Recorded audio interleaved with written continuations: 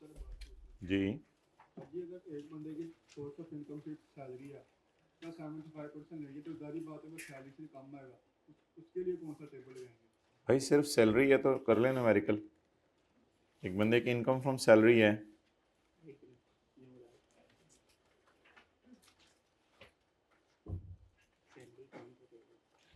9 million. अच्छा, इसने ज़कात वगैरह कोई नहीं दी, ज़कात इसकी ज़ीरो है, तो 9 मिलियन ये आ गया। लगाएं जी 75%। क्या जवाब आ गया? 675 0000। सैलरी कम तो टेबल 1, तो सैलरी ज़्यादा टेबल 2। बस टेबल 2 लगेगा, सैलरी ज़्यादा आ रही है ना, तो टैक्स निकलवा दें टेबल 2 के मुताबिक। भाई आना होता है, रोज़ाना आना होता है। साथ वाले को गुस्से से देखें अगर वो सैटरडे को नहीं आया था। शर्मिंदगी से मुंह नीचे कर लें जो सैटरडे को नहीं आए थे। अच्छा, क्या करना है माय डियर? 7 लाख जमा 35% ऑफ अमाउंट एक्सीडिंग 41 लाख, यही करना है। ये टेबल 2 है 1 है? टेबल 2 है। चलें जी, 7 लाख क्या हुआ? 9 लाख नहीं है माय डियर, बबलू भालू दीवाने मस्ताने, 9 मिलियन है। अब आपको 1-0 अगर ज़्यादा सोने की वजह से कल आज नहीं नज़र आ रहा तो इसमें मेरा क्या कसूर है?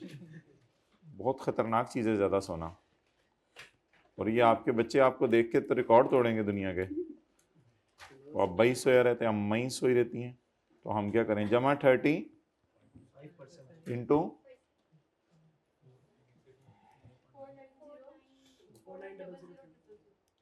49। चलें जी, नोट कर लें।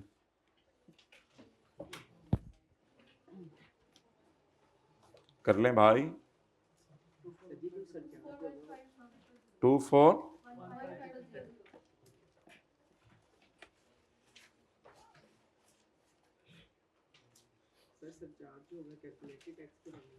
क्या चीज?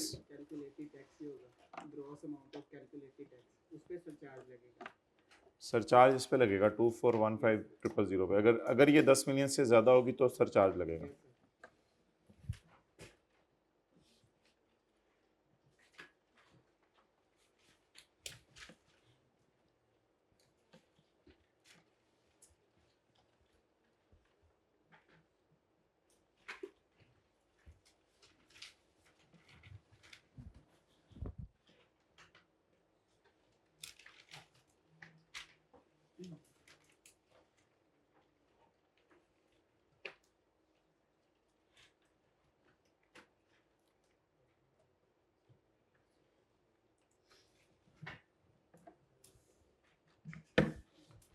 ओके,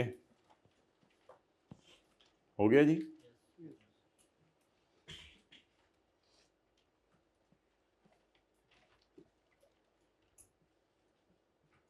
कर लिया नोट? तो अगर एक बंदे की सिर्फ सैलरी होगी फिर तो ऑब्वियसली टेबल 2 ही लगेगा ना।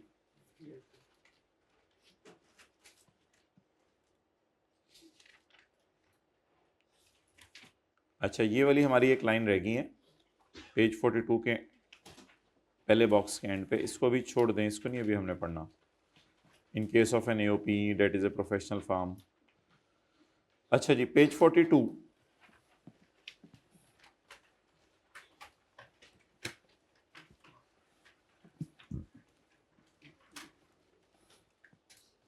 Rates of tax for individuals and AOPs. The rates of tax imposed on income of every individual and AOP except a salaried individual shall be as set out in the following table. ये rates हैं accept salaried के, और salaried कौन होता है? जिसकी taxable income का 75% लें तो सैलरी उससे ज्यादा हो। where the income of an individual chargeable under the head salary is greater than 75% of his taxable income, 75% taxable income से ज़्यादा हो. The rates of tax to be applied as set out in the following table. Clear? चलें जी. Page 44. Taxable income.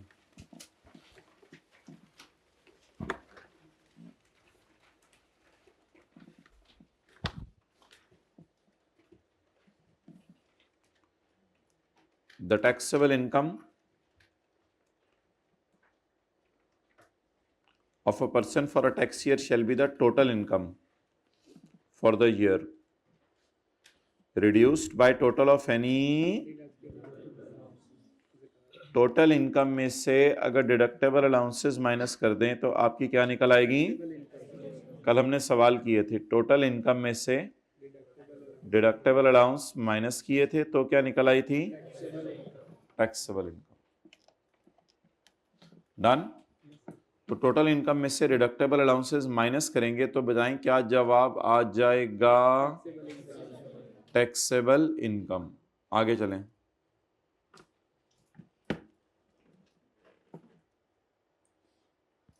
But not below zero. लेकिन zero से कम नहीं. But not below zero. Zero से कम नहीं. What does it mean. इस बात का मतलब क्या है. मिसाल के तौर पे एक बंदे की सैलरी इनकम है 2.5 लाख रुपया, बिजनेस इनकम है 1.5 लाख रुपया. तो इसकी इनकम फ्रॉम सैलरी आ गई 250 और इनकम फ्रॉम बिजनेस आ गई. टोटल कितना हो गया 400. बट इसने ज़कात पे की कितनी 470. तो जवाब जीरो. यानी टैक्सेबल इनकम नेगेटिव में नहीं लिखनी पेपर में. टैक्सेबल इनकम जीरो लिख देनी है, नेगेटिव में नहीं लिखनी. एक दफा आप भी रजिस्टर पे नोट कर लें. टैक्सेबल इनकम जीरो लिख देनी है, नेगेटिव नहीं लिखनी.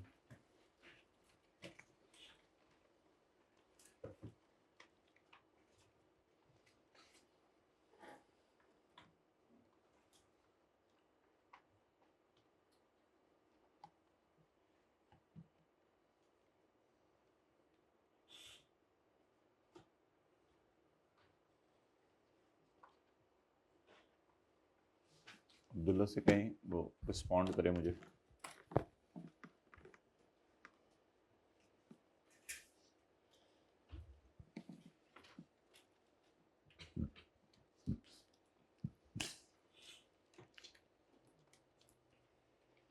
ये को मतलब समझ आ रहा है. But not below zero. यानी कि जब आप टोटल इनकम में से डिडक्टेबल अलाउंसेस माइनस करेंगे तो जवाब should not be less than zero. अच्छा, अब सवाल ये राइज होता है कि ये बंदा एक बात करता है, कहता है कि मेरे भाई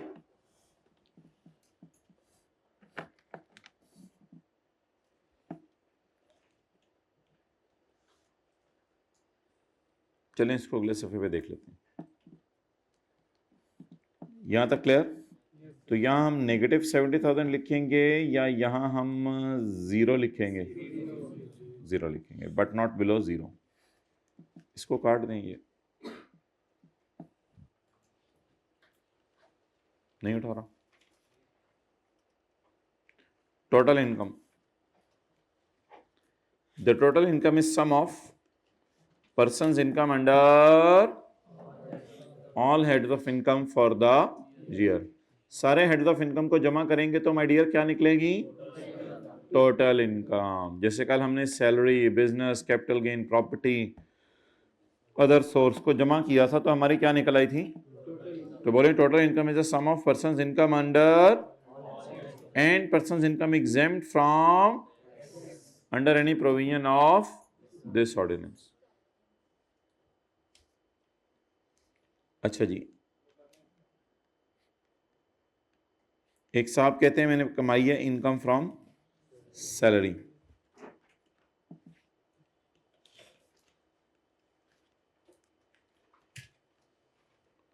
फिर मैंने कमाई है इनकम फ्रॉम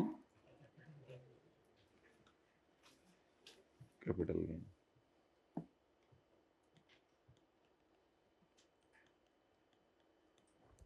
फिर मैंने कमाई है एग्रीकल्चरल इनकम।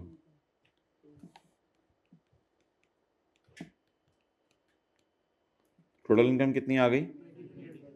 हाँ जी, 1900 less agricultural income.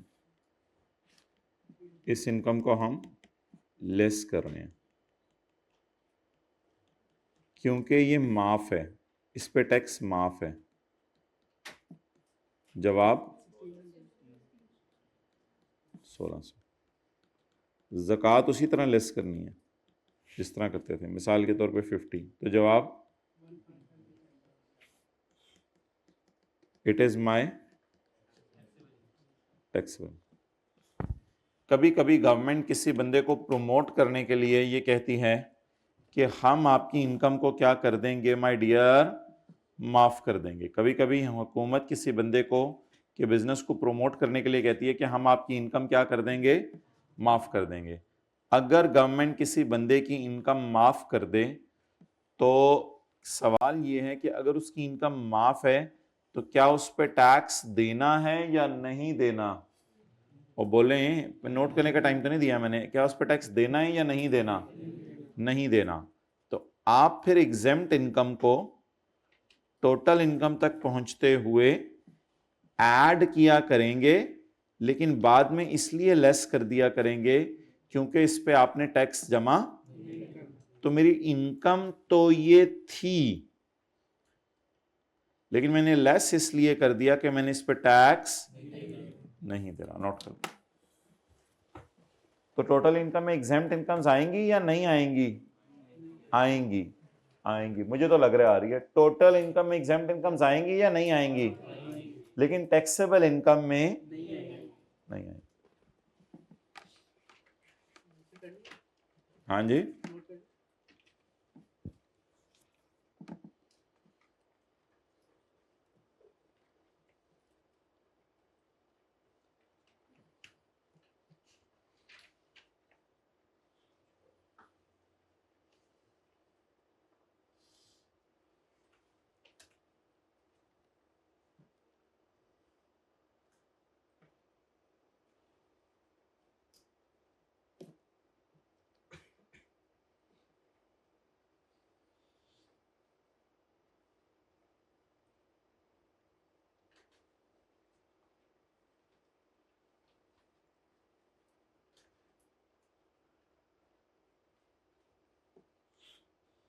Done done.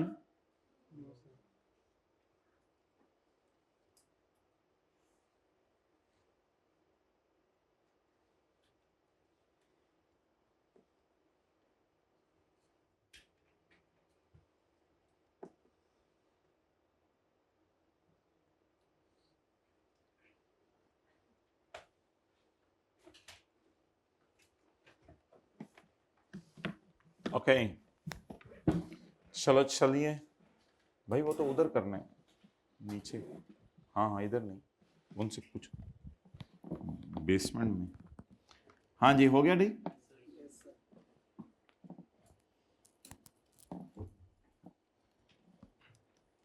Total income is person income under and person income.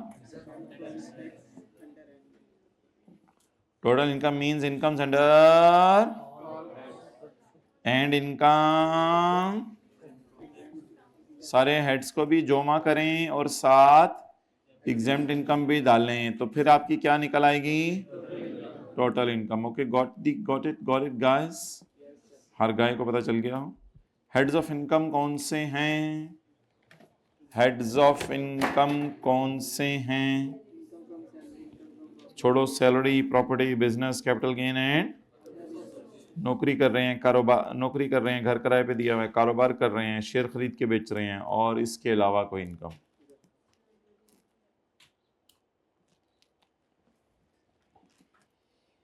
अच्छा जी, किसी एक हेड ऑफ इनकम में इनकम निकलती कैसे है? मिसाल के तौर पे मैं एक वर्किंग करता हूं, मेरी इनकम फ्रॉम बिजनेस है,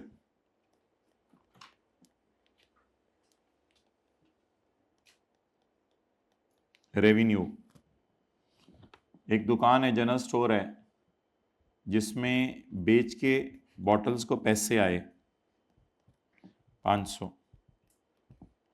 और दुकान के बिजली के बिल होंगे और मुलाजमीन की तनख्वाहें होंगी 220 रुपये, तो प्रॉफिट कितना आ गया? 280। इसको कहते हैं ग्रॉस रिसीट। सेल को क्या कहते हैं? Gross receipt. ग्रॉस रिसीट का मतलब है, कॉलेज के लिए अगर बात करें तो ग्रॉस रिसीट क्या है? नहीं, बिल्कुल नहीं एक्सपेंसेस निकाल के, बिल्कुल गलत बात की। कॉलेज के लिए अगर ग्रॉस रिसीट की बात करें तो वो स्टूडेंट से मिलने वाली फीस है, और अगर स्टूडेंट से 500 रुपये फीस मिली और 220 रुपये कॉलेज के खर्चे हुए तो प्रॉफिट इज 280। और अगर किसी जनरल स्टोर की बात करें तो ये 500 रुपये बॉटल्स बेच के जो पैसे आए माइनस एक्सपेंसेस। ओके, नोट कर लो। ये कौन सा पॉइंट हम पढ़ने लगे हैं? Point number 2।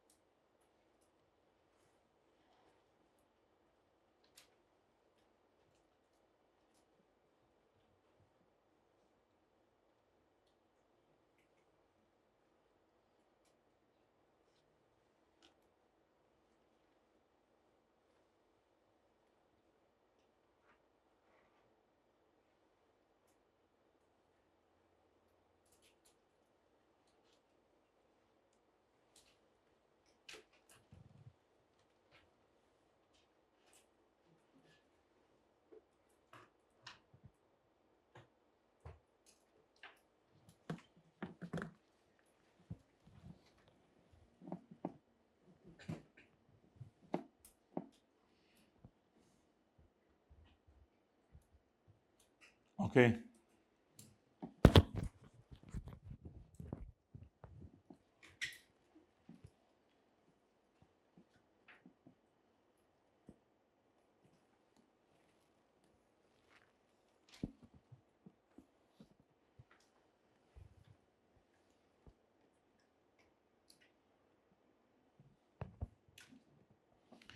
the income under a for a shall be the total chargeable amount derived by the person as reduced by total deductions.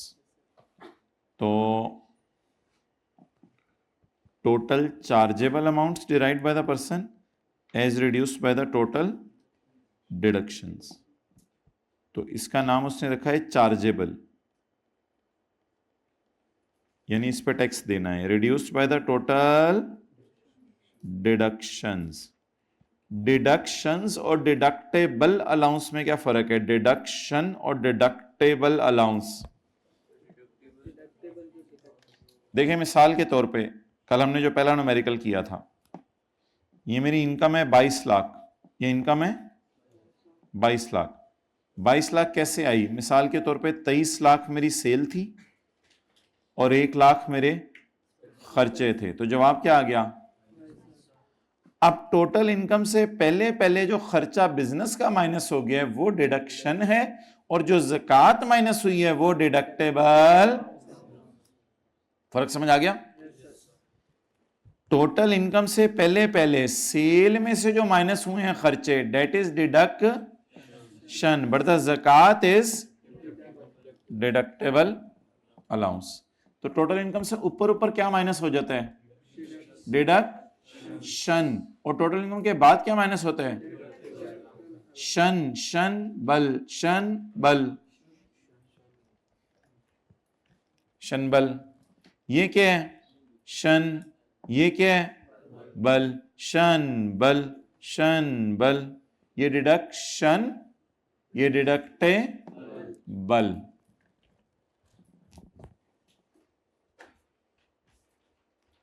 Business के खर्चों को टैक्स की जबान में क्या कहते हैं? डिडक्शन, और ज़कात देने को टैक्स की जबान में deductible allowance.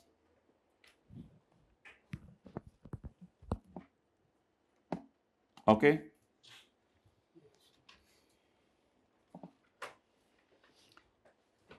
the income under a head of income for a tax year shall be the total chargeable amounts. Total chargeable amount कितनी है माय डियर इस सवाल में? 500 derived by the person under the head as reduced by total deductions कितनी है my dear? 220। तो 500 minus 220, what you will get? The profit of business. देखना क्यों डिस्कनेक्ट होती है बार बार, हिलने से होनी तो नहीं चाहिए।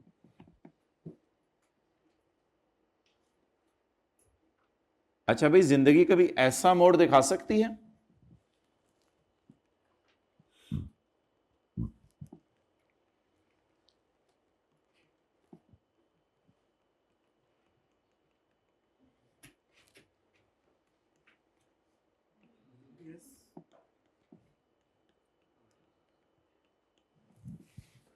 जिंदगी कभी ऐसा मोड़ दिखा सकती है?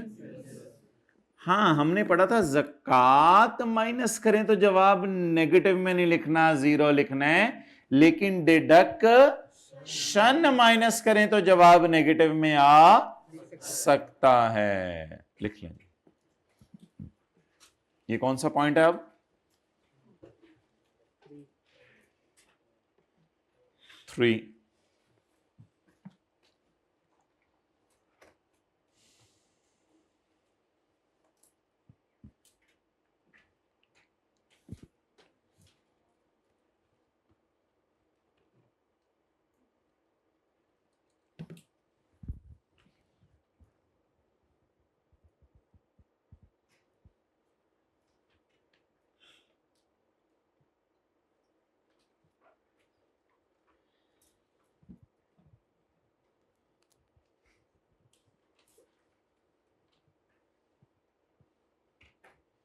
हो गया जी, चलिए आगे। Can we move next?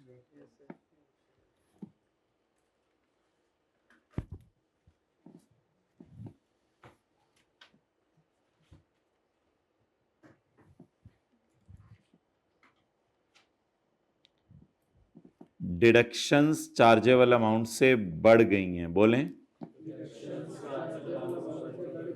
इसलिए क्या आ गया है? डिडक्शंस चार्जेबल अमाउंट से बढ़ गई हैं, इसलिए क्या आ गया है? लॉस या लॉसा? लॉसी, छोटा सा लॉस है 10 का। Where total deductions allowed to a person. Allowed to a person का क्या मतलब है? जिसे माइनस करने की इजाजत है। Where total deductions allowed to a person for a tax year under a head of income exceed the total amount chargeable to tax, where total deductions exceed the amount chargeable to tax। तो बोलें, बंदे को क्या समझ लिया जाएगा? क्या आ रहा है? लॉस आ रहा है। Where total deductions allowed to a person for a tax year under a head of income exceed the total amounts chargeable to tax, the person shall be assumed as sustaining a loss for that head। अच्छा जी, point 4 पढ़ के बताएं।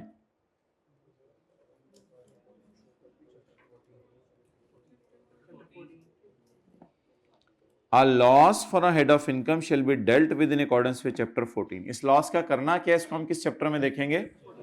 Chapter 14 में। वो देख लेंगे इस loss का क्या करना है, इस लॉस का सलूक क्या करना है। असल में ना ये क्वेश्चन है मिसाल के तौर पे कि लॉस आ गया -10, ऑब्वियसली अब इधर 22 लाख की जगह मिसाल के तौर पे -10 आ रहा है। अब ऊपर पॉजिटिव पड़े या नीचे नेगेटिव पड़े, इनको प्लस माइनस करके नेट कर सकते हैं नहीं कर सकते?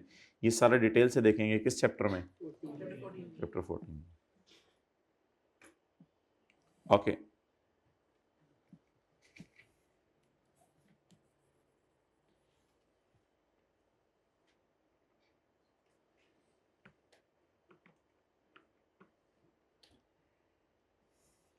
अच्छा जी, आप मुझे ये बताएं कि किसी बाहर के मुल्क के क्रिकेटर का नाम बताएं। अच्छा, पाकिस्तान में तो सर आसिफ की मिसाल हम ले लेते हैं, बाहर के मुल्क वाले का नाम बताएं। राणा टुंगा। यार वो राणा राणा देख के लोगों को लगेगा पाकिस्तानी है। राणा टुंगा, टुंगा टुंग दिया, टुंगा, राणा टुंगा। अच्छा, सर आसिफ कहते हैं कि मेरा स्टे पाकिस्तान में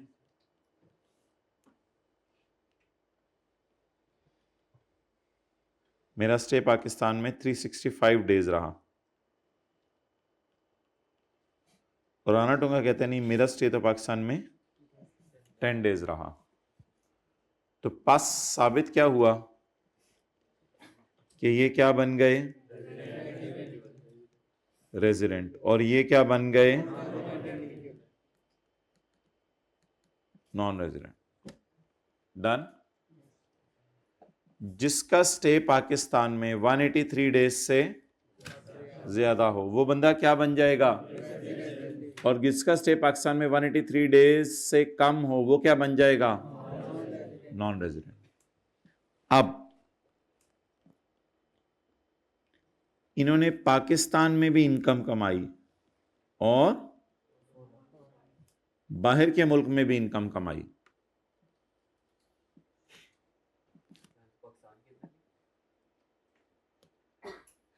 एक मिनट, इन्होंने पाकिस्तान में भी इनकम कमाई और बाहर के मुल्क में भी इनकम कमाई। अब जो पाकिस्तान में इन्होंने इनकम कमाई है, सर आसिफ ने, ये टैक्सेबल है। और जो बाहर के मुल्क में सर आसिफ का पेट्रोल पंप है जर्मनी में, चले अब बात निकल गई है मुंह से तो इसको अब अपने तक ही रखिएगा। तो जो बाहर के मुल्क में सर आसिफ का पेट्रोल पंप है जर्मनी में, उस पर भी पाकिस्तान की गवर्नमेंट को इन्हें टैक्स देना पड़ेगा। जर्मनी में दे ना दें ये चैप्टर 6 में हम देखेंगे, मैं फिलहाल पाकिस्तान की बात कर रहा हूं। पाकिस्तान की गवर्नमेंट पाकिस्तान की इनकम पे भी टैक्स मांगेगी और बाहर की इनकम पे भी। लेकिन राणा टुंगा से जो पाकिस्तान में क्रिकेट खेलने आया है, इससे सिर्फ पाकिस्तान की इनकम पे टैक्स मांगा जाएगा। राणा टुंगा से ये नहीं पूछा जाएगा कि बाहर के मुल्क में तुमने किस किस को टूंगा, बाहर के मुल्क में तुमने क्या क्या इनकम कमाई, ये नहीं इससे पूछा जाएगा। इससे सिर्फ ये पूछा जाएगा कि तुमने पाकिस्तान में कौन सी इनकम कमाई। अब राणा टुंगा कहते हैं कि जी मैं दही भल्ले लगाता हूं बाहर के मुल्क में, तो भाई लगा तू दही भल्ले, ठीक है। मैं आजकल तो साथ पकोड़े भी बेच रहा हूं उधर मुसलमानों को, बेच तू यार, मुझे क्या है।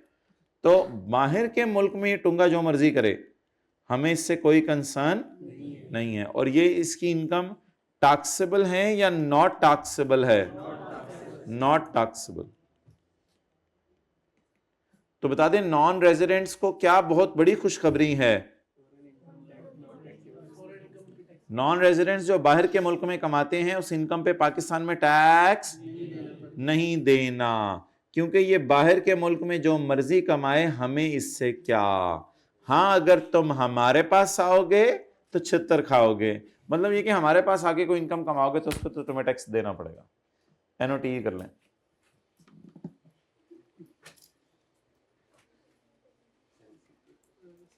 जी,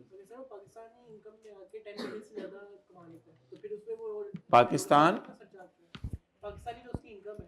हाँ हाँ वो तो लगे। अच्छा जी, ये हाइब्रिड में मुराकबे से उठा दें सबको, अटेंटिव हो जाए जरा, क्लास रात होती है नींद पूरी करने के लिए अच्छी खासी,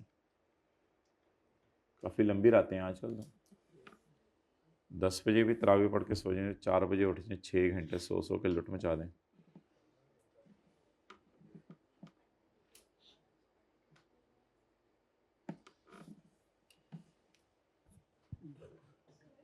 जी, इसलिए कि पाकिस्तान में आया है, पाकिस्तान में आया है तो बस फिर भुगते। क्या? ना ना ना, बिल्कुल भी नहीं। नॉन रेजिडेंट की जान ले लो, अबे आया तो क्यों है तू। आके तो दिखा। तो नॉन रेजिडेंट को टैक्स माफ तो नहीं करना हमने। नॉन रेजिडेंट राणा टूंगा अगर पाकिस्तान में आके क्रिकेट खेले और मैन ऑफ द मैच बन जाए तो 12 मैन ऑफ द मैच बनने के बाद हमें टैक्स दे, तो ये टैक्सेबल है।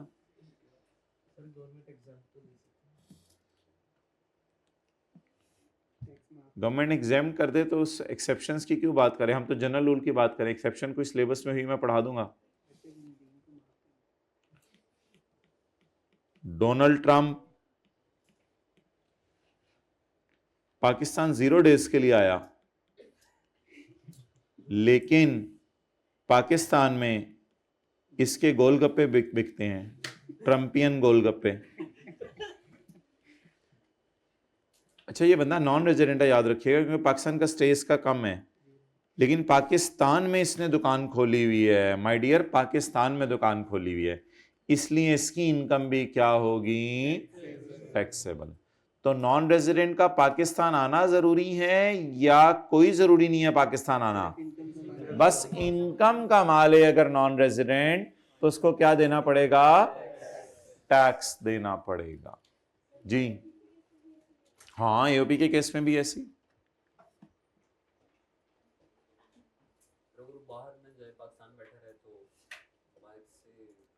कौन बाहर ना जाए पाकिस्तान बैठा रहे? उससे कोई फर्क नहीं पड़ता, बस इनकम देखनी होती है रेजिडेंट की, नॉन रेजिडेंट की।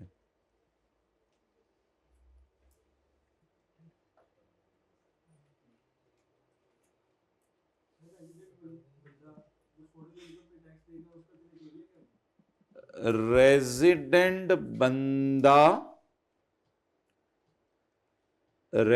बंदा फॉरेन इनकम पर जो टैक्स देगा वो हमारे टेबल 1 और 2 के मुताबिक ही देगा,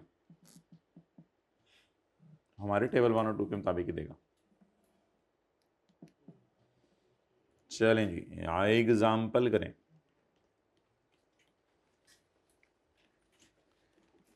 रेजिडेंट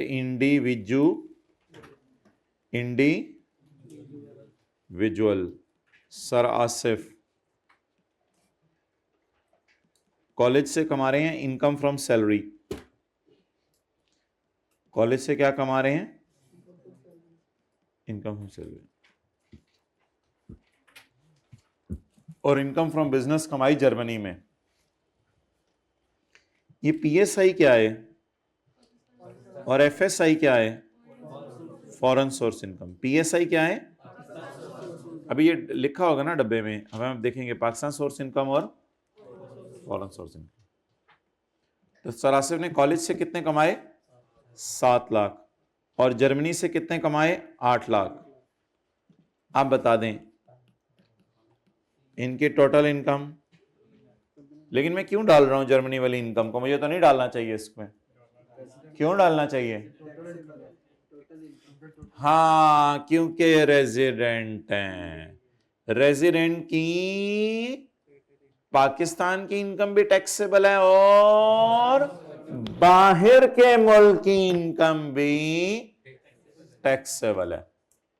तो ताल करा दें 15 लाख।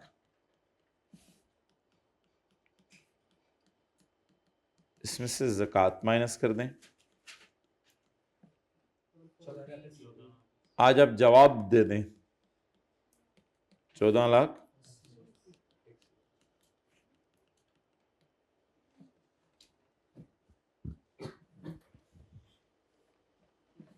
कर लिया नोट, कर लिया।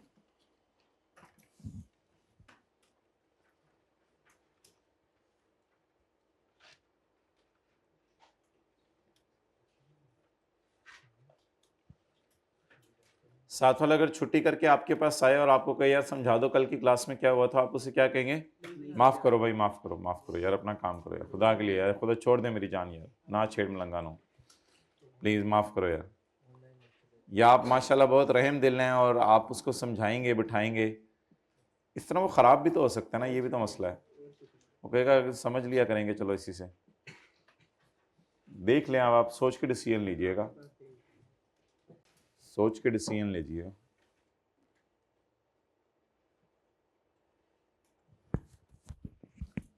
टैक्स निकाल लें।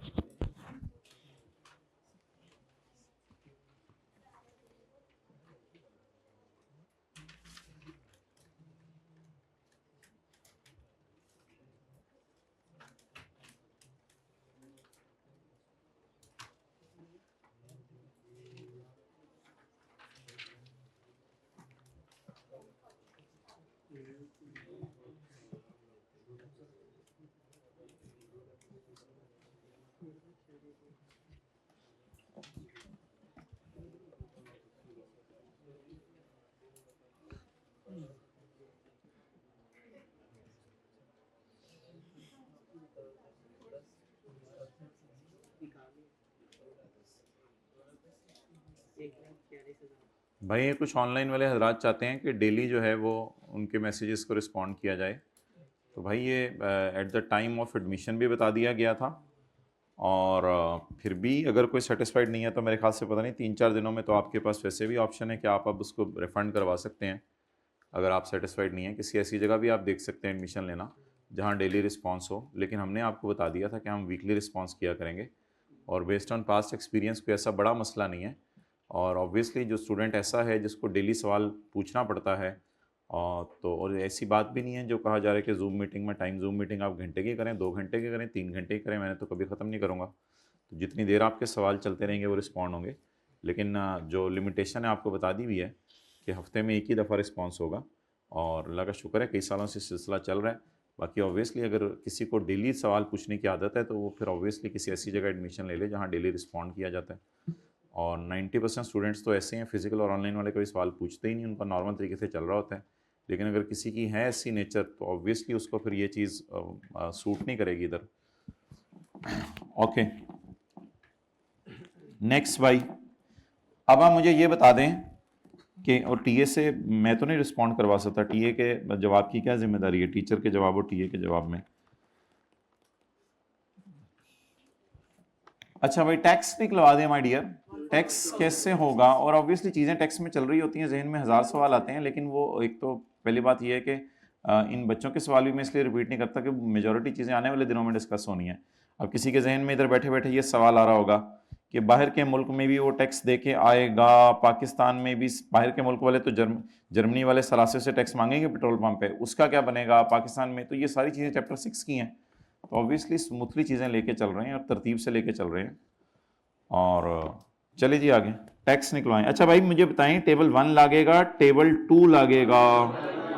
अच्छा भाई इसके ऊपर बताएं 75% लगा के कितना बनता है?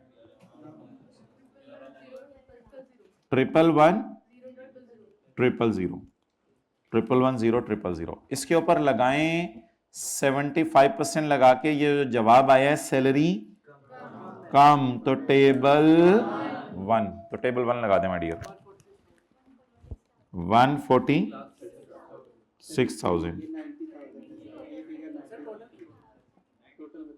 नहीं टोटल ना बताएं, मुझे फिगर बताएं। 90,000 20% ऑफ 2,80,000 जी। 146,000 बस 1,46,000 ये इसका टैक्स बन रहा है।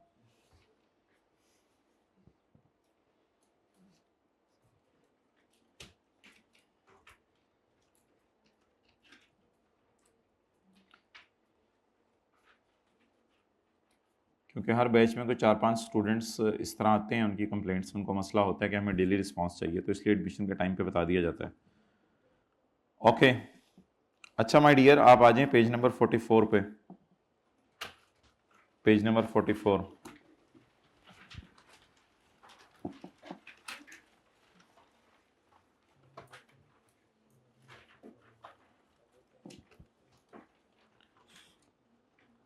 और इंशाल्लाह आपको इतनी एक्सटेंसिव प्रैक्टिस करवा दी जाएगी कि पेपर में आप कंफर्टेबल फील करें।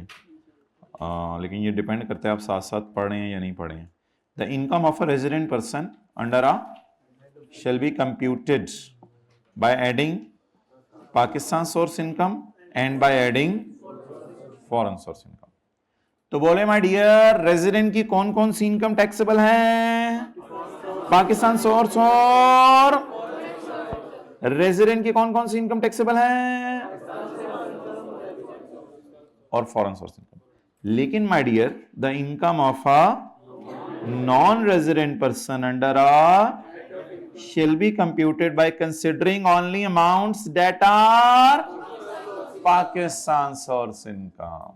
उसकी इनकम सिर्फ कौन सी टैक्सेबल होंगी? जो बोले कौन सी हैं? Pakistan source income.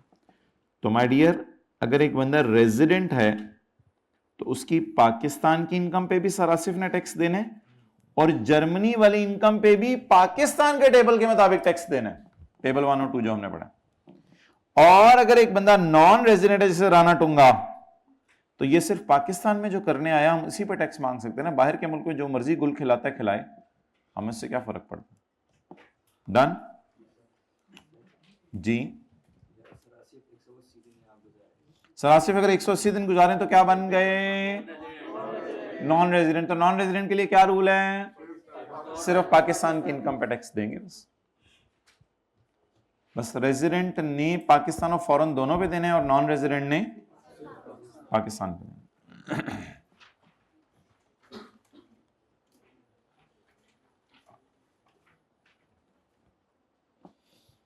अच्छा जी, deductible allowances. Deductible allowances. Deductible allowance में माय डियर कौन सा अलाउंस है? ज़कात। कौन सा अलाउंस है? ज़कात। A person shall be entitled to a deductible allowance for zakat paid by the person in a tax year under zakat and ushur ordinance। तो आपने जो जक़ात पे करनी है ज़कात एंड उशर ऑर्डिनेंस के मुताबिक, उसके मुताबिक आपने जो है वो टैक्स पे करना है। अच्छा, अब ज़कात एक बंदा ये कहे कि मैंने ये हाइब्रिड में क्या हो रहा है? सेकंड रो में, थर्ड रो में मोबाइल इस्तेमाल हो रहे हैं, साइट ऑफ एनीथिंग, क्लास चल रही है, रख लें मोबाइल अंदर। अब जो भी है अंदर रखें ना। नहीं मोबाइल नहीं है, कैलकुलेटर है। चलें ठीक है, फिर बाहर रखें। अभी तो मोबाइल कैलकुलेटर वाली कोई बात नहीं हो रही ना। Point number 1, a person shall be entitled to a deductible allowance for zakat paid by the person in a tax year under Zakat and Ushr Ordinance. तो जो ज़कात आप ज़कात एंड उशर ऑर्डिनेंस के मुताबिक देंगे, वो ज़कात माय डियर बोलें क्या करने की इजाजत है? माइनस करने की। अच्छा, ज़कात एंड उशर ऑर्डिनेंस का हुकूमत का एक इदारा है जिसके तहत आप जाते हैं और जाके ज़कात आप पे करते हैं। तो ये जो हुकूमत के इदारे को जाके आप ज़कात पे करते हैं, that is Zakat and Ushr Ordinance. It means कि अगर आप अपने रिलेटिव्स को ज़कात पे कर दें तो ये ज़कात नहीं समझी जाएगी, क्योंकि ज़कात एंड उशर ऑर्डिनेंस के मुताबिक जमा। तो हुकूमत कहती है ज़कात दो, हमें आके हमारे इदारे को जमा करवाओ, फिर हम आगे गरीबों को खुद ढूंढेंगे, आप अपनी ज़कात खुद पे करने की कोशिश ना करो। तो अब आप अगर अपनी ज़कात खुद पे करने की कोशिश करते हैं, किसी गरीब को, किसी रिश्तेदार को, किसी जानने वाले को ज़कात दे देते हैं और आप उससे रसीद मांग भी लें तो हुकूमत उस रसीद को फाड़ के फेंक देगी, उसकी कोई हैसियत नहीं है। आपने टैक्स जमा जो करवाना है उसमें ज़कात सिर्फ वो माइनस करने की इजाज़त है जो बोलें ज़कात एंड उशर ऑर्डिनेंस के मुताबिक दी गई। हाँ, अगर क्वेश्चन साइलेंट है, क्वेश्चन में बताया नहीं हुआ कि ज़कात आपने जो है वो उशर ऑर्डिनेंस के मुताबिक दी है या नहीं दी, जैसे ये वाला सवाल था, खाली लफ्ज़ लिखा हुआ नहीं, इसमें तो लिखा हुआ है ज़कात paid under Zakat and Ushr ordinance. लेकिन अगर ऐसा ना भी लिखा होता तो एज्यूम कर सकते थे कि ज़कात किसके मुताबिक पे की है? ज़कात एंड उशर ऑर्डिनेंस के मुताबिक। अच्छा जी, a person shall be entitled to a deductible allowance for zakat paid by the person in a year under Zakat and Ushr Ordinance. तो अगर आप ज़कात एंड उशर ऑर्डिनेंस के मुताबिक पे करें तो फिर माय डियर आपको ज़कात माइनस करने की इजाजत है। Point number 3.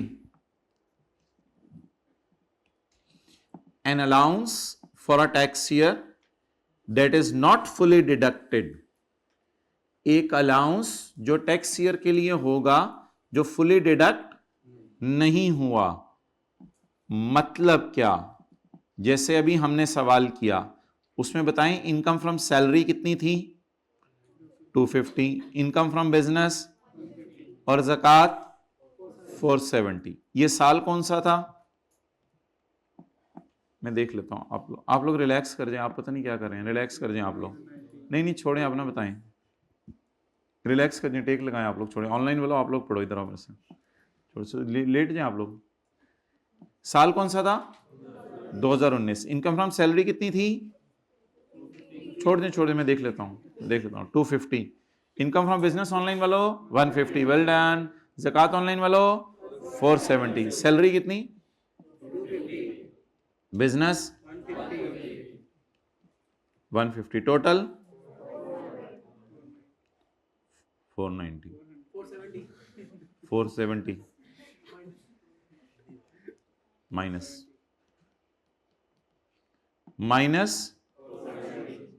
470। जवाब क्या आ गया? 0। An allowance that is not fully deducted. What is allowance that is deducted? 400. What is allowance that is not fully deducted? 70. We tried to deduct 470 but deduct हुआ 400, तो जवाब क्या आ गया? -70। लेकिन वो लिखने की इजाजत An allowance that is not fully deducted, कितना fully deduct नहीं हुआ? Shall not be refunded। इसका मतलब ये नहीं है कि आप इसको -70 लिखेंगे और -70 लिखने के बाद गवर्नमेंट को कहेंगे मुझे टैक्स दो, यानी +70 आए तो मैं तुम्हें टैक्स दूं और -70 आए तो तुम मुझे टैक्स दो। तो ऐसा कोई सीन नहीं है। ओके, तो इसलिए टैक्स तो 0 है, रिफंड नहीं होगा। अच्छा, इसकी इजाजत है कि 2020 के न्यूमेरिकल में आप जाके 70 माइनस कर लें जो पिछले साल माइनस नहीं हो सका। Shall not be carried forward to अगला साल, ये अगले साल कैरी फॉरवर्ड नहीं हो सकता। एंड 70 अगले साल कैरी फॉरवर्ड।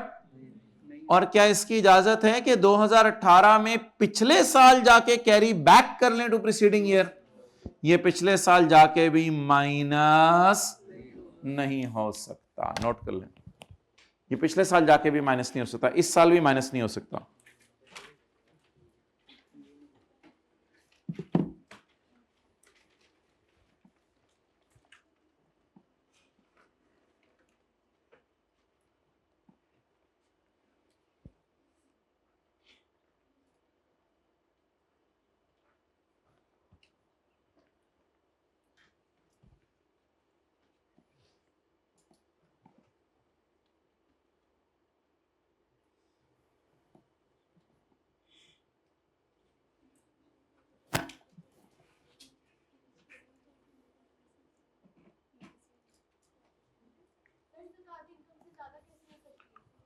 इसलिए कि ज़कात एसेट्स के ऊपर होती है, ज़कात इनकम पे नहीं होती है। एक बंदे के एसेट्स पे ज़कात होती है, ज़कात तो इनकम पे होती नहीं।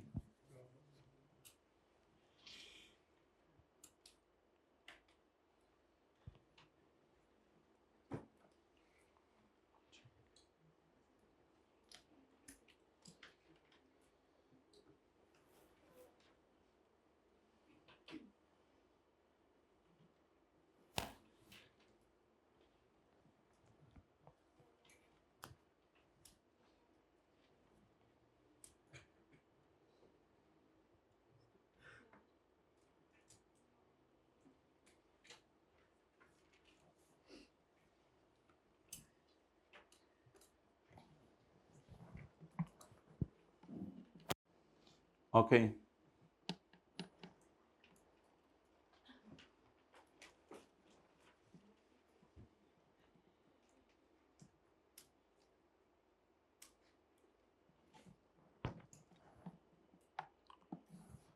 N allowance for a tax year that is not fully deducted, जो पूरा माइनस नहीं हो सका। शेल नॉट बी रिफंडेड का क्या मतलब है? रिफंडेड का क्या मतलब है मुझे बताएं। इधर आप लिखें -70 और -70 लिखने के बाद हुकूमत से कहें कि मुझे टैक्स दो, तो हुकूमत आपको टैक्स नहीं देगी। An allowance for a tax year that is not fully deducted shall not be refunded, shall not be carried forward to अगला साल, और shall not be carried forward to carried back to पिछला साल। अगले साल भी माइनस नहीं होगा ये -70, पिछले साल भी माइनस नहीं होगा। मीन्स के ये -70 डेड हो गया। Nothing shall be carried forward. अगले साल जाके माइनस होगा ये 70, nothing shall be carried forward, so it is dead. अब ये क्या हो गया? डेड हो गया।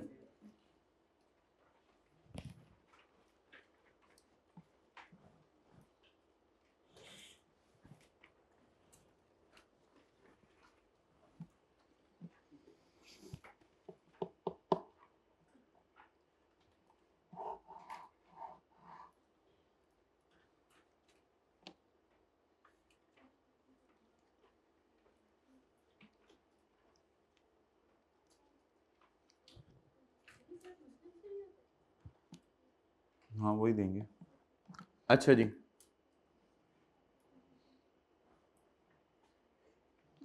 भाई अगेन ऑनलाइन वालों से कहा जा रहा है जो सवाल ऐसा होगा जो आपके लिए भी होगा relevant, I will repeat that. Based on 10 to 15 years थोड़ा अंदाज़ा है कि कौन सा सवाल बच्चे पूछते हैं, उसका क्या जवाब देना है और कौन सा किसके सामने एड्रेस करना है, और मेजॉरिटी चीज़ें वैसे ही रिपीट करके बता दी जाती हैं। अच्छा, ये ना WWF और WPPF ये इंशाल्लाह कल करेंगे। आप फिलहाल एक काम कीजिएगा, ये क्वेश्चन 1 से लेके क्वेश्चन नंबर 9 तक कितने 10 मिनट में हो जाएंगे ये सारे सवाल। वही सैलरी बिजनेस जमा करके टेबल लगाना, तो ये इंशाल्लाह आपने कल करने हैं, आज करके लाने हैं। अच्छा जी, होमवर्क पेज 47 वो रह गया, worker welfare fund, worker profit participation fund, वो इंशाल्लाह कल करेंगे।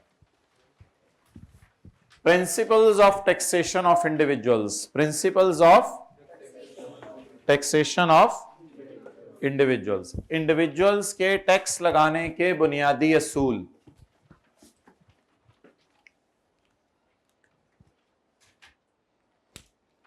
Principles of taxation of individuals. Mister Umar साहब हैं,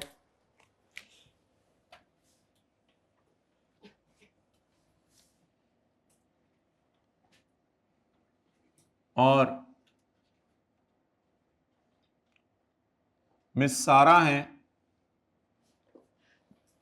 मिस्टर उमर साहब शोहर हैं और ये बीवी हैं, यानी आपस में शोहर बीवी हैं। अच्छा, अब मिस्टर उमर साहब ने कमाई इनकम फ्रॉम बिजनेस 7 लाख और इन्होंने कमाई इनकम फ्रॉम सैलरी 6 लाख। अब ये दोनों क्या अपनी अपनी इनकम पे टैक्स देंगे या मियां बीवी इकट्ठे 7 जमा 6 लाख करके देखेंगे हमारी इनकम 13 लाख है और एक टेबल में जाएंगे अलग-अलग? तो ये क्या बात है कि एक साथ होते हुए भी ये दोनों अलग-अलग टैक्स दे रहे हैं? क्योंकि टैक्स की नजर में तो ये अलग अलग है ना, टैक्स की नजर में तो नहीं इनकी शादी हुई, हो भी गई तो उससे क्या फर्क पड़ता है? Taxable income of each individual shall be determined, her individual की टैक्सेबल इनकम सेपरेटली। तो कंक्लूजन क्या बना? They will pay tax separately. ये मुंह इधर करके टेबल देख रहा होगा और ये मुंह उधर करके अपने लिए टेबल देख रही होगी, तो दोनों टैक्स सेपरेटली पे करेंगे। इन दोनों के दरमियान एक दीवार बना दें, तो हर कोई अपना अपना टैक्स खुद कैलकुलेट करेगा। इसी तरह थोड़े अरसे बाद अगर इनका कोई बच्चा भी कमाने लग जाए, एक तो होता है माइनर चाइल्ड, उसकी बात हम अलग से पढ़ेंगे, बच्चा भी कमाने लग जाए तो वो भी अलग टैक्स देगा। तो घर में हर फर्द अलग टैक्स देगा। नोट कर लिया या कर दूं आगे?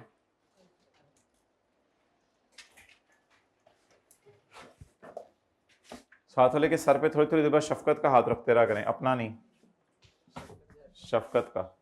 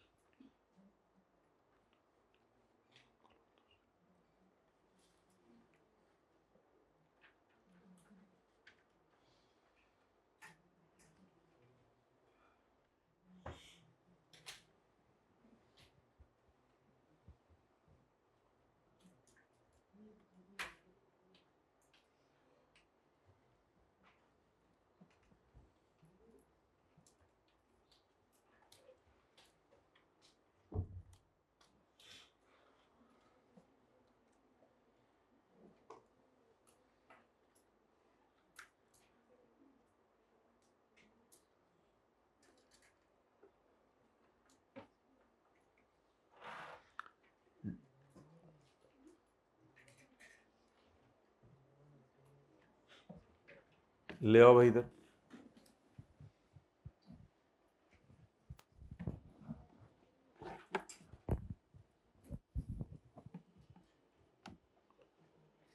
चलें जी, principles of taxation of individuals. Individuals पर टैक्स लगाने के बुनियादी असूल क्या है my dear? The taxable income of shall be determined separately. हर बंदा घर में अलग अलग टैक्स देगा। लिख लें, हर बंदा घर में अलग अलग टैक्स देगा। दादा अबू को टैक्स देगा, एफबीआर को।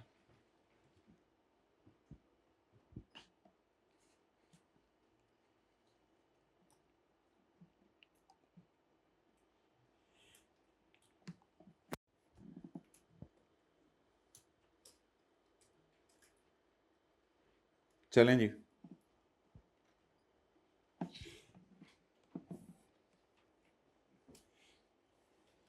डिसीज्ड इंडिविजुअल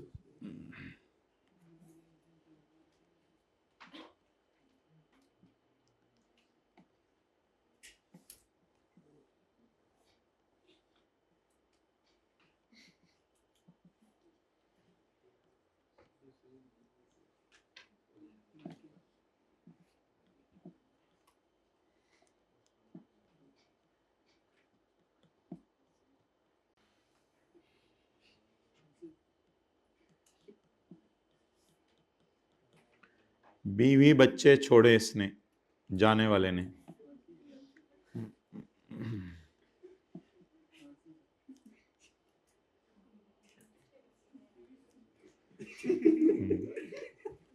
क्या छोड़े?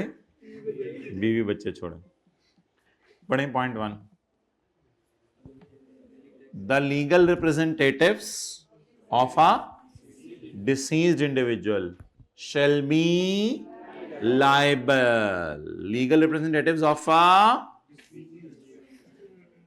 the legal representatives of a deceased individual, the बचे हुए of the मरे हुए shall be liable. The legal representatives of the deceased individual shall be liable.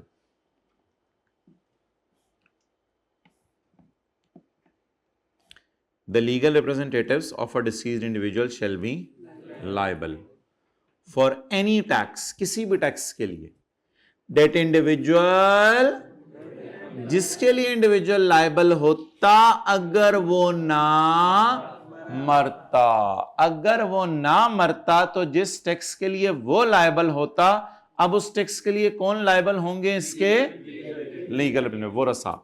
And any tax payable in respect of income of deceased estate, estate का मतलब है जायदाद, उसकी जायदाद पर भी जो टैक्स बन रहा है, मिसाल के तौर पे उसका कोई घर है, उससे किराया आया हुआ है, उस पर टैक्स नहीं दिया, उसके कोई दुकान है, उससे उसने इनकम कमाई हुई है, उस पर टैक्स नहीं दिया, इस सब पे टैक्स देने के लिए कौन जिम्मेदार होगा? Legal representative. चलें एक दो दफा पढ़ लें इस लाइन को।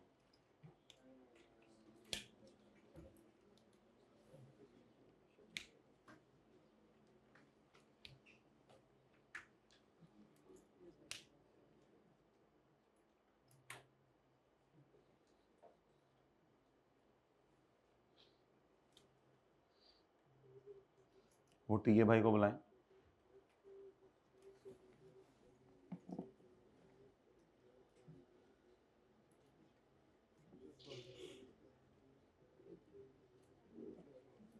पॉइंट है कि मुताबिक वो इंडिविजुअल कब तक लायबल होगा कि इसके टैक्स का?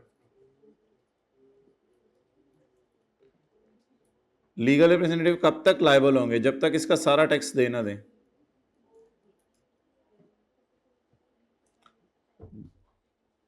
चलें जी, बार बार पढ़ें। किसी साल का होगा, पिछले 15 सालों का भी टैक्स इन्होंने ही देना है। अगले का नहीं देना। पिछले 50, अगले का कैसे देना है? अगले का तो वो मरा हुआ बंदा कैसे इनकम कमाएगा? तो थोड़ा सा सोचें ज़रा, मरा हुआ बंदा यानी इनकम कमा रहा है और उस पर टैक्स लग रहा है, वो तो फिर अगर जिंदा हो गया तो फिर आप लोगों ने भाग जाना है। यानी कि अगर ये इधर आ गया तो ये तो फिर मेके चली जाएगी अपने बच्चों को लेके, ये दोबारा आ गया है, ये तो डरने की बात है ना। वो लेक्चर्स मैंने कहा था 10 कॉपी करा लें पहले, 10-15 शाहिद साहब से, वो करवा लिए मैं, उससे पूछे मुझे चाहिए अभी। प्रॉपर्टी तो जब तक तकसीम नहीं होगी तो उससे जो भी इनकम आती रहेगी उस पर टैक्स लीगल रिप्रेजेंटेटिव्स नहीं देना है, लेकिन अगर प्रॉपर्टी अब तकसीम हो गई है तो फिर तो सबकी प्रॉपर्टी बन गई है, तो फिर तो वो लोग टैक्स देंगे उसमें से। पढ़ें जी my dear. The legal, the बचे हुए, ऑफ द मरावा, मरे हुए बंदे के बचे हुए लोग shall be liable for any tax that the individual would have become liable, जिसके लिए वो लायबल था होता अगर वो ना मरता, और एनी टैक्स पेबल, और उसकी जायदाद से भी जो टैक्स आ रहा है जब तक ये तकसीम नहीं हो जाए, जब तकसीम हो गई फिर तो कोई मसला नहीं, उसकी जायदाद से भी जो टैक्स आ रहा है जब तक तकसीम ना हो जायदाद तब तक उसका टैक्स किसने जमा करवाना है? Legal representative. क्लियर? अब एक दो दफा ये लाइन पढ़ लें, कोई फिक्रा समझना तो समझ लें।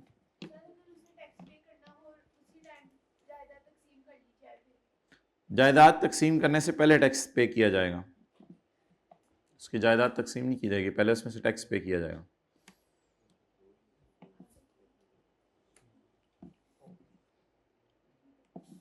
अच्छा जी,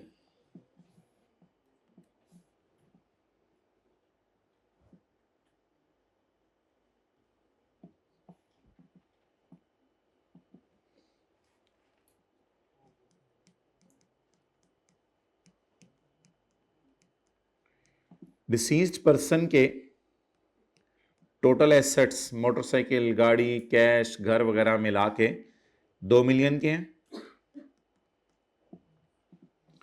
और इसने टैक्स देना था हुकूमत को 3 मिलियन। अब अगर मरा हुआ बंदा 2 मिलियन छोड़ के गया है खुद, और इसने टैक्स कितना देना है? 3 मिलियन, और हुकूमत को बीवी के कड़े नजर आ रहे हैं हाथ में पहने हुए, बेटे की स्मार्ट वॉच नजर आ रही है, इस बेटे के जूते नजर आ रहे हैं, तो ऐसी सूरत में सवाल यह होगा कि क्या बीवी बच्चों के एसेट्स भी बेचे जाएंगे या सिर्फ उस मरे हुए बंदे की जायदाद में से टैक्स पे किया जाएगा? हाँ, अब हुकूमत को इसके मरने पे 1 मिलियन का नुकसान हो गया, बस कोई मसला नहीं। हुकूमत ने लेना कितना था? इसमें जान कितनी थी? बंदे में नहीं, यानी उसकी चीजों में जान कितनी थी? 2 मिलियन। अब 3 मिलियन इसने देना था, हुकूमत को जब देने की बारी आई तो इसके पास पड़ा ही 2 मिलियन है, तो इसका मतलब है Mr Umar is appointed as a representative of his abbu who has passed away 2 months ago. the value of assets left by father at the time of his amounted to 2 million. However, as per Commissioner Income Tax, the tax payable is, अब्बू कितना छोड़ के गए? 20 lakh. Tax वाले कितना मांग रहे हैं? How much amount Mr Umar is required to pay? The liability of Mr Umar shall be limited to the extent of, therefore he is only liable ₹2 million. आप पॉइंट 2 पढ़ लें.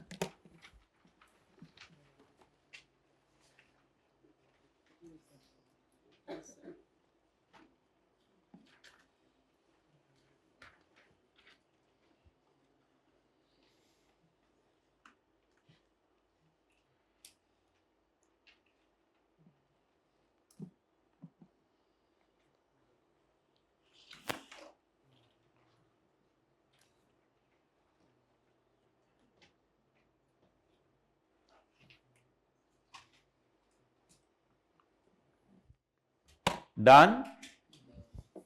The liability of a, liability से मुराद यहां लिखें tax liability.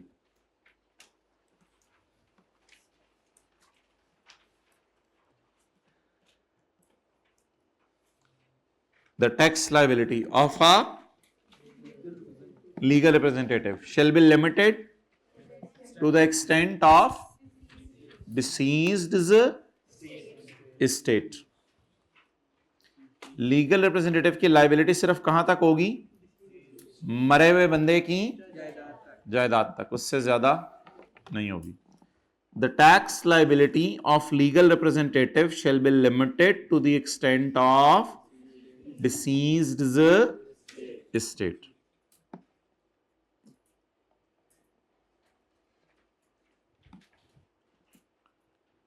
अच्छा जी,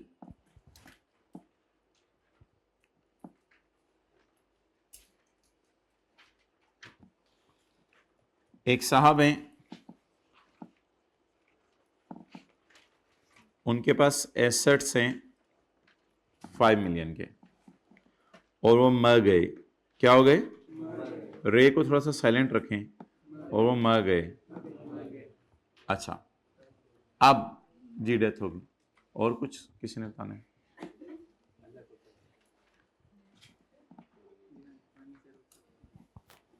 गुमान तो हमारा यही होता है, अल्लाह को प्यारे हो. अगर अल्लाह करे हर मरने वाला अल्लाह को प्यारा ही हो. अच्छा जी, एसेट्स 5 मिलियन के और वो बंदा मर गया. टैक्स पेएबल 4 मिलियन है. ये तो उसके एसेट्स है ना, और दूसरी तरफ उसकी लायबिलिटीज हैं. टैक्स पेएबल 4 मिलियन है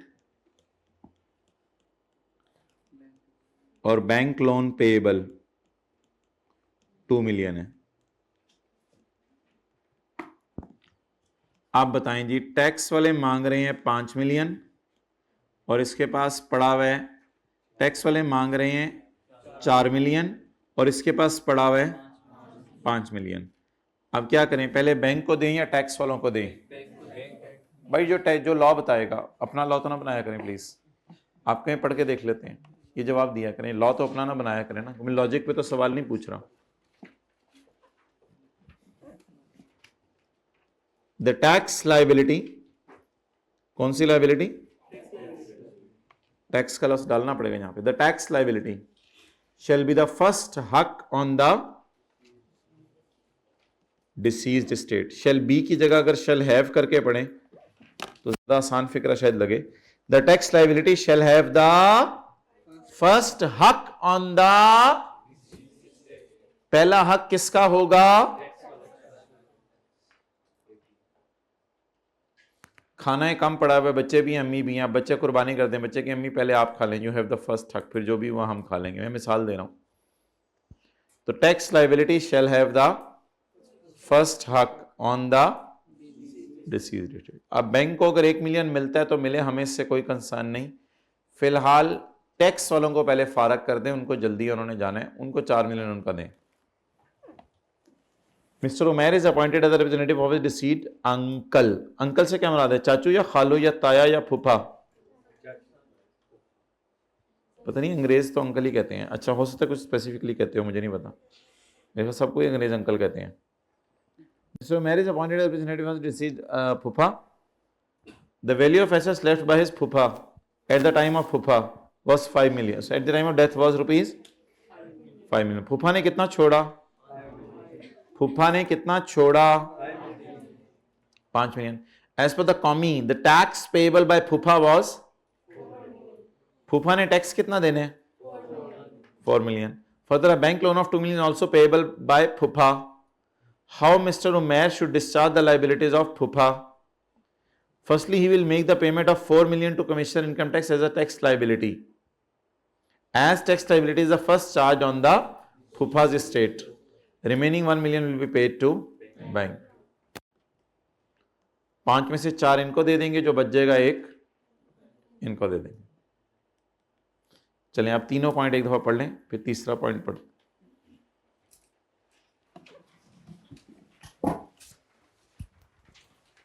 द पंजाबी वाला दा या इंग्लिश वाला दा? पंजाबी वाला दा क्या होता है? आप मुस्कुरा रहे हो, आती है पंजाबी आपको? फिर आप मुस्कुराओ ना। द पंजाबी वाला दा पता है आपको? कभी soft the legal representatives of a shall be liable for any tax that individual would have become if he had not, and any tax payable in respect of income of deceased estate. अब ये tax कैसे pay किया जाएगा? The liability shall be limited to the extent of deceased estate.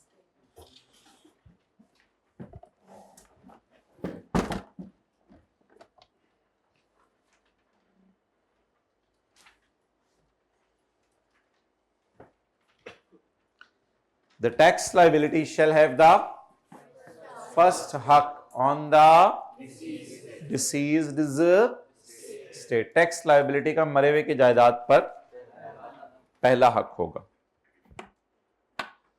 Okay, अब मोहतरम एक सवाल है, वो ये है कि जो मरा हुआ बंदा है उसके खिलाफ कुछ केसेस हैं जो कोर्ट में चल रहे हैं।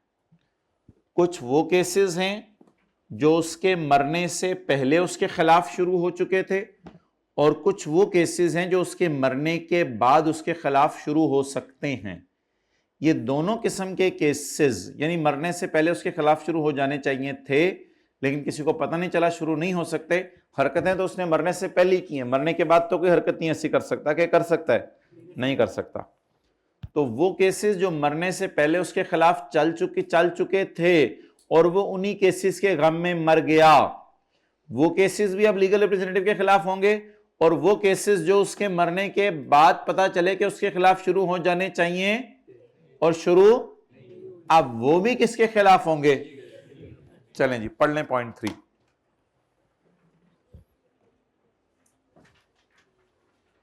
ये हाइब्रिड में 4th रो में जरा उठा दें इसको, इट्स साइट ऑफ एनीथिंग, ये कि दाएं वालों को भी पता नहीं चल रहा और पता नहीं दुनिया जहान की नींदें आके जो है वो मॉडल टाउन के ऊपर उतरती हैं।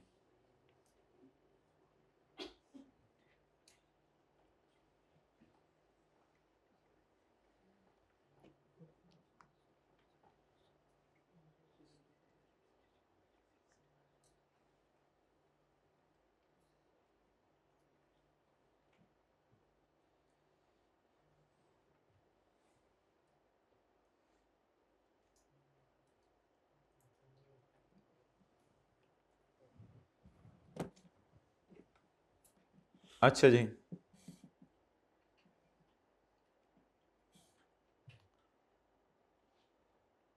For the purpose of point A का उर्दू में मतलब बता दे कोई हाथ खड़ा करके।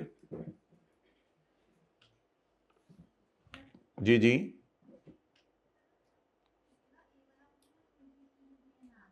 ए को समझाऊं? ये तो दोनों बड़ी तफसील से समझाने हैं मैंने। अभी तो मैंने सिर्फ आप लोगों को पढ़ने का टाइम दिया है।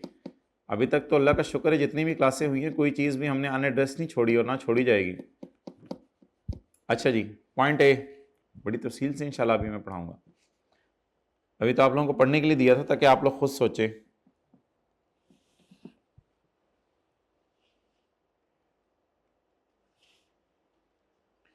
For the purpose of this कानून, इस कानून के लिए, एनी प्रोसीडिंग, कोई भी court case, taken against the disease, जो डिसीज्ड के खिलाफ हुआ, बिफोर हिज, जो उसके खिलाफ टेकन, टेकन का क्या मतलब है?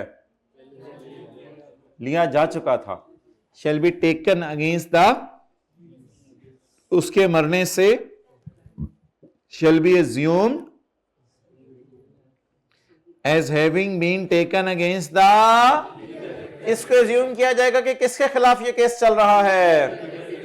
shall be assumed as having been taken against the, ये assume किया जाएगा कि लीगल रिप्रेजेंटेटिव के खिलाफ चल रहा है। नहीं, सजाए मौत का तो नहीं उसको देंगे। द प्रोसीडिंग ज्यादा होगी, छोड़ें, ज्यादा होगी। The proceeding will be continued against the, अब ये केस किसके खिलाफ चलेगा? From the stage at they were at the time of, जिस स्टेज तक केस चल चुका था उससे आगे चलेगा। अगर केस की 3 स्टेजेस हैं और स्टेज 1 हो चुकी है तो शुरू से शुरू की जाएंगी या जहां तक हो चुका है उससे आगे? पढ़े जी। For the purpose of this कानून, साथ वाले के कान में प्यार से बोले, for the purpose of this कानून, कान में, कान में, कान में, ईयर में, अपना मुंह उधर करना पड़ेगा, होंठ उसके करीब लेके जाने पड़ेंगे। For the purpose of this कानून, any cases taken against the मरावा बिफोर हिज मरना shall be assumed as having been taken against the बचावा। The case will be continued against the बचावा from the stage at which they were at the time of मरना। And, बोले and, any cases which could have been taken against the marawa, any cases which could have been taken against the marawa, maybe, साथ ले गए, maybe taken against the बचावा of the marawa। बचावा तो मरे हुए के है ना। Point B for भालू, sitting on your right, left, you. Any proceeding which could have been taken, जो ली जा सकती हैं, जो की जा सकती हैं, against the marawa, against the marawa, may be taken against the बचावा of the marawa। तो यही लग रही है पेपर में, याद ना कीजिएगा, बचा हुआ मरा जी।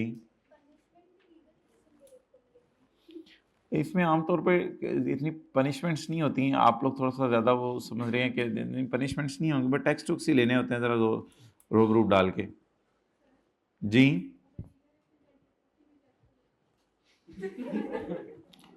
अगर रिप्रेजेंटेटिव की भी डेथ हो जाए तो ये देखते हैं आगे पॉइंट, तीसरा बुलेट अभी मारते हैं हम इसमें। इन दिस सेक्शन द बचावा means a person who in Islamic law represent state of Pakistan law, Islamic law. ये लीगल रिप्रेजेंटेटिव वो हैं जो इस्लामिक लॉ के अंदर भी लीगल रिप्रेजेंटेटिव समझे जाएंगे। अब ये जो लफ्ज़ मैं लिखवाता हूँ ना, ये आपके समझने के लिए, ये पेपर में लिख के नहीं आना, क्योंकि ये लॉ का हिस्सा नहीं है, ये आपके समझने के लिए है। तो बराए मेहरबानी इन अल्फाज को जो है वहां नहीं लिख के आना।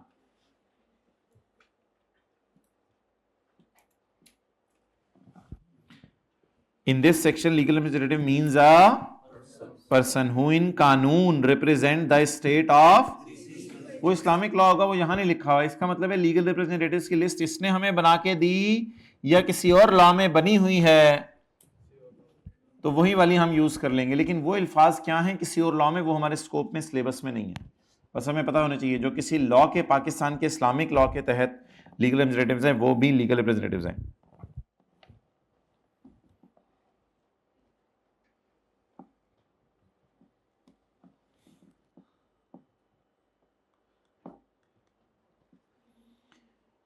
एक बंदा गम में सड़क पे लेट के रो रहा था। अम्मी ने इसको भेजा, जरा पता करके आए कौन है, इतना तो रोना हमें नहीं आ रहा जितना इसको आ रहा है। ये गया, अंतल अंतल क्यों रो रहे हैं आप, क्या हुआ है आपको, क्यों रो रहे हैं? तो इसने कहा कि ये मेरे सगे भाई हैं। बीवी ने कहा इसने तो हमें कहा था हमारा कोई भाई नहीं है, तो ये तो हम कहाँ से टपक पड़े। तो जब कभी जायदाद तकसीम हो रही हो तो कुछ लोग बिला वजह मरे हुए की जायदाद को लेने के लिए अपने आप को लीगल रिप्रेजेंटेटिव करार देते हैं। तो इनको फिर रख के कुट लगानी चाहिए कि तुम हो कौन हो ये हरकतें करने वाले। तो अगर कोई लोग ऐसा करें कि मरे हुए की जायदाद वाले से बेजा हिस्सा लेने की कोशिश करें, तो इनको जो है वो फिर सेट करना चाहिए। बहरहाल लॉ मेकर कह रहे हैं मेरी नज़र में ये भी लीगल रिप्रेजेंटेटिव हैं, क्योंकि ये भी कई दफ़ा ज़ोर ज़ोर डाल के कुछ ना कुछ पैसे ले लेते हैं, तो इसलिए ये भी लीगल रिप्रेजेंटेटिव हैं। बिला वजह उनकी ज़मीनों पे कब्जा कर लेते हैं, ये कर लेते हैं, वो कर लेते हैं, तो ये भी हमारी नज़र में लीगल। हु इंटरमीडियल्स का मेरे ख्याल से मतलब लिख लें बेजा मुदाखलत।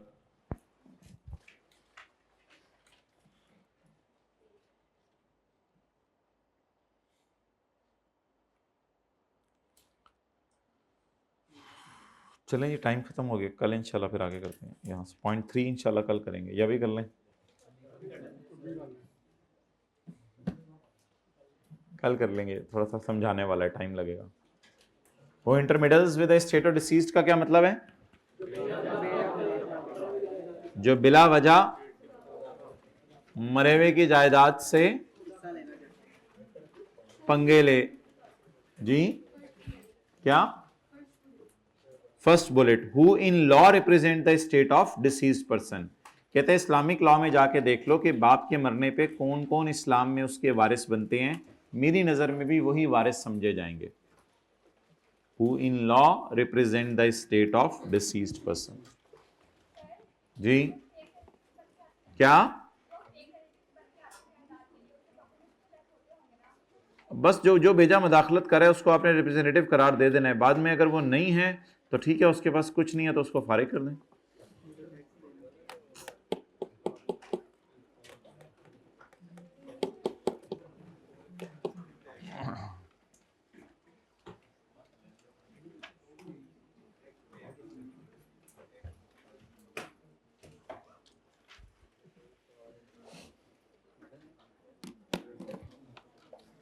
ठीक है, ओवर कर दो।